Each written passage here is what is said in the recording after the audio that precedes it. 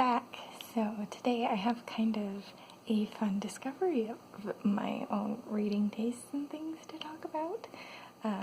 There are a couple of books from my TBR, and they're also westerns, and, well, at least pseudo-westerns in the case of the one. But based on that, I wanted to talk about it because I think I mentioned it even in my TBR video, but westerns have never really been the kind of stories that I want to read or lean towards reading, and I feel like I've made a few attempts in the past and not really been interested, but I've got some today to talk about that I did enjoy and had a lot of fun with. So let's hop right into it. So, what are the books that I have to talk about today? First up, we have Librarians of the West, and then we have The Silver Bullets of Annie Oakley, which I guess technically was probably not this TBR, but a few months ago TBR, and it did take me a little while to, read this, but once I actually got started in reading it, because I had gotten distracted by other books and due dates and things, and that's why part of why it took so long to start this one, I did enjoy it. So let's just kind of jump right into this. So let's start, actually I think I'll start with Annie Oakley, since this one was technically on an earlier TBR and is more of like a pseudo-western than a full western. This is part of the Elemental Masters series, which is Mercedes Lackey's series that I have read pretty much all the books from and love them all. They're like historical fantasy, and this particular one features Annie Oakley and talks about some of why she was such a good crack shot and things like that. It involved werewolves to a more minor extent than you might expect, seeing like the wolves on the cover and stuff, but there were werewolves. And then the fact that it's like a pseudo-western, I say, is because Annie Oakley is doing like Wild West shows, but not actually living in the Wild West, and the Wild West shows are also taking place in Germany for the book. So it's pretty much as far removed from the actual Wild West as it could be, and the book acknowledges that too. But I did find the vibes of it that way to be nice. You get like the references to the cowboys and like the buffaloes and the Indians and things that are in the show, but you're not like in a Wild West setting, which kind of helped a lot, especially since it was in Germany, actually. I took German in college, and I always wanted to like learn German and things too. Someday I'd love to visit Germany. So like the little bits of like German language that put in the book were really fun, and I really enjoyed that.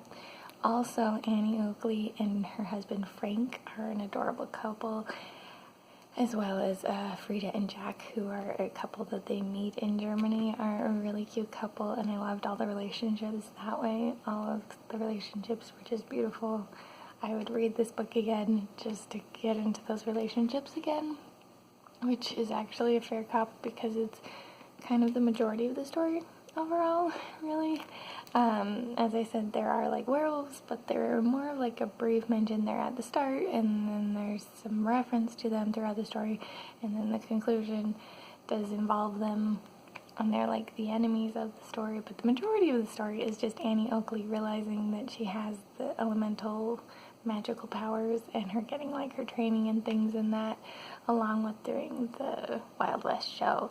So it was just a lot of fun vibes versus being like a super in-depth, we need to have a big, huge, overarching, dramatic plot kind of story. It was more like a go at your own pace, just enjoyable adventure, and I really loved it for all of that.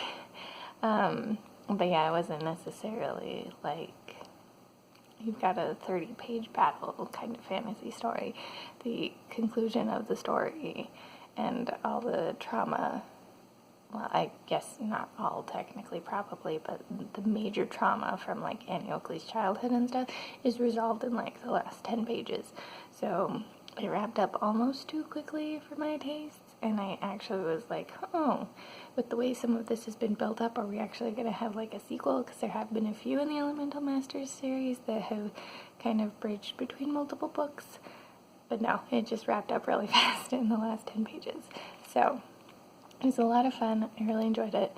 The ending was maybe over too quickly in that sense, but I really enjoyed it overall. So this was a fun sort of pseudo-western to kind of be like, yeah, I maybe actually like some of these vibes in a story. But moving on to the one that's actually very much a Western. Well, technically 4 Westerns, but this is Librarians of the West, which is a book of 4 novellas that are about librarians of the West. And there was actually like a note from the publisher at the end that they specifically try to publish books that have like a different historical context than you normally see, and that is, to be fair, why I picked up this book. I feel like I maybe had a vague notion that there could have been libraries and things back in that time, but nothing beyond that. And this kind of goes into some of the history of it, and I thought that was really cool and really fun. And since some of the Western vibes don't always work for me, I thought it was a good way to kind of slip my foot in the door too, because I love libraries and I love librarians. So obviously that aspect of it was like, yes, I think I'll like it just for that, if nothing else. But it was a lot of fun overall. I did like being in this different setting and getting kind of this historical background that I've never read anything about before. So we've got the 4 different novellas in it. The first one was Too Much Dancing Going On, which was a story that did not actually feature dancing, and I was mildly disappointed by that because I thought it was maybe going to be almost like a Footloose style story based on the title, where it's like everyone's going off to these socials and doing dancing, and the main character just wants to go read and starts a library or something kind of to that effect. Not the story at all. The story's about a girl who ends up becoming a traveling librarian and delivering books between cities and stuff on horseback, which is a really cool concept and really cool story and all of that. But the too much dancing part just referenced a newspaper article that she read as a kid. So I would have liked some dancing, honestly, as someone who likes dancing in real life. It would have been fun to see in the story. But what can you do? There's that. It was a cute story overall. I would say, too, that beyond my complaints of there being no dancing in a story titled about dancing, some of the structure and timeline of the story didn't quite work for me, because it was set up as like a frame story type thing where we're seeing one of her last escapades as a traveling librarian at the very start, and then we go back to her childhood and we cut between the two a little bit throughout the story. And honestly, having that, oh, this is for sure where she ends up, kind of took away a little bit of the story for me, and I feel like it would have been better if it was just told completely linearly instead of having those intercuts. But maybe that's just me. But yeah, I did overall enjoy the story. And then the second story within this is the Cowboy, the Librarian, and the Broomsman. This one I really enjoyed the setup of.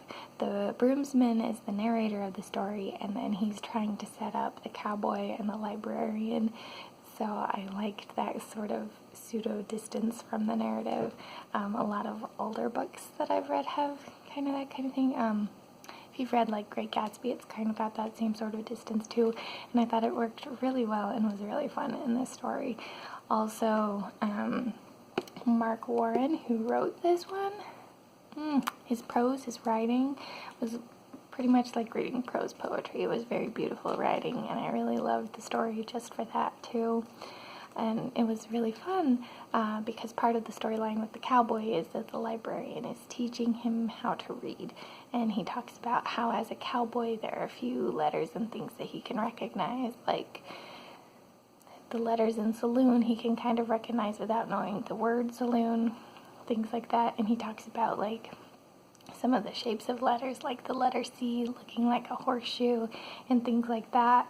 And I really liked pontificating a little bit on here's a sort of different way to learn language too than what I feel like I was taught as a kid.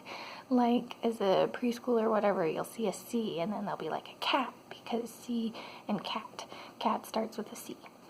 Versus in his case it was like, oh, a C looks like a horseshoe, and I was like, oh, that's such a cool way to do it. It's like, what are these shapes of the things and what they actually remind you of, versus it just being like, yes, this is a word that starts with that letter.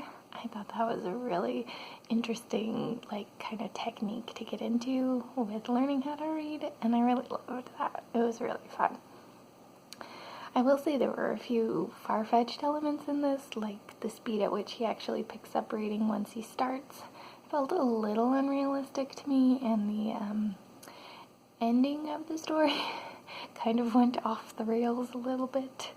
But it was very enjoyable to read overall, so I definitely still had a good time with it, and it was probably my favorite overall, other than that ending that was like, this is a little unrealistic for my brain to cope with. But yeah, it was a lot of fun. I really enjoyed it, and I would definitely recommend picking up that one, and maybe even looking into more of Mark Warren's stuff. I'm probably going to see if there's any other fun things he's written out there, and see if I can get some more of that beautiful lyrical writing. And then the third story that was in this is The Book Mama. This one, while definitely interesting historically, because it talked about things that I wasn't quite aware of. I'm sure I'd heard of, like, the Homestead Act, which is a big part of this story, but I didn't realize that part of, like, the homesteading of the plains in America was also people coming from, like, Britain and stuff to buy these lands. These, like, British lords coming and wanting to have a homestead in America and make their riches that way. Didn't realize that was a historical thing. So, like, historically, very interesting. On the other hand, this one also deals with, like, abuse and things, and so it was a little rougher to get through, and I just overall didn't find it as enjoyable, or the library aspect of it quite as strong as some of the other books or novels within this book. So there's all that.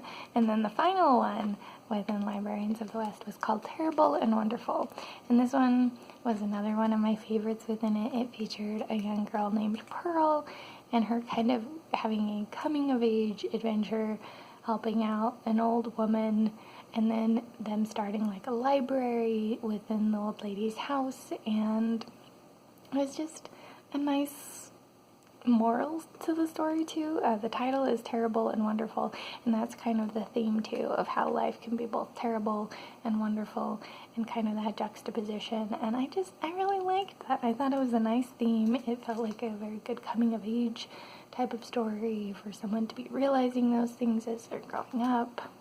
It was just nice. So I think that's all I have to say about both of these.